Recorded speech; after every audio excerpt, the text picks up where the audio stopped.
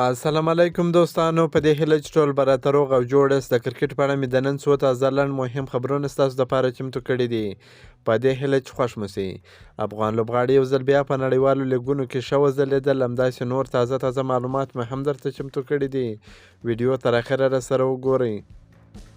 شعیب ملک په شلاوریزه کرکټ کې غوره کارنامه وکړه. د پاکستان کرکټ ملي لوبډلې تجربه لرونکی آلراونډر شعیب ملک د 2023م کال بنگلادیش پریمیر لیګ پر مهال په شلاوریزه کرکټ کې غوره ویاړ ترلاسه کړ او خپله 500مه شلاوریزه لوبه یې وکړه. شعیب ملک چې د پاکستان کرکټ ملي لوبډلې لوبډلمشر هم تیر شوی دی، د 500مې لوبې په ترسره کولو سره لومړنی پاکستاني لوبغاړی سو چې دغه کارنامه کوي او ټول دریم لوبغاړی سو چې دغه هدف ته رسیږي. شعیب ملک یوازینی کرکټر دی چې له 400 زیاتې لیسټ ای او شلاوریزې لوبې ترسره کړي دي.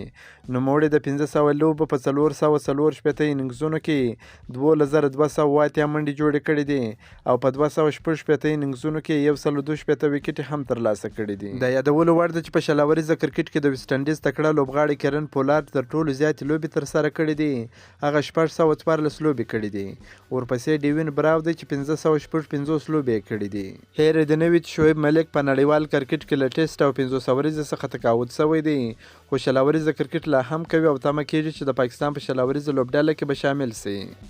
په نړیوال شلاوریزه لیګ کې قیس احمد زبردست توپچونه وکړه. لوبډلې بریا هم خپله کړه. د متحده عربي امارات په نړیوال شلاوریزه لیګ کې 4 افغان لوبغاړي ولوبېدل چې محمد نبی، رحمان الله ګربز او نور احمد لکنوال د شارجه او ریلیز لوبډلې، قیس احمد د ګلف جاینټس لوبډلې په ګټه ولوبېدل. لوبه هم د ګلف جاینټس لوبډلې وګټل. په دې لوبه کې نور احمد لکنوال یو اور در سره کړ، 8 منډې یې ورکړې، په توپخانه کې 11 منډې جوړې کړې. محمد نبی په توپچونه کې په 1.3 اورونو کې 21 منډې ورکړې او په خپله هم په توپخانه کې 21 منډې وکړې. بلخوا قیس احمد هم 4 اورونه ترسره کړل. زبردسته لوبه یې وکړل، 18 منډې ورکړې، کمه وکټ یې وانخیستل. لوبه د قیس احمد لوبډلې وګټل. بلخوا راشد خان د سویلي افریقا په شلاوریزه لیګ کې ولوبېدی چې لوبډلې لوبه هم وبایلل. راشد خان په 4 اورونو کې 42 منډې ورکړې، کمه وکټ یې نه واخیستل. په بیټینګ کې یوازې د خپلې لوبډلې په ګټه 4 منډې جوړې کړې، لوبه یې وبایلل. د دې لوبې په بایللو سره د راشد خان لوبډله د دویم پړاو څخه پاتې سول. که مو دا ویډیو خوښه شوې در سره لایک کړئ، د خپلو ملګرو سره یې هم شیر کړئ. که په دې چینل کې نوي یاست پوپل سپورټ در سره سبسکرایب کړئ.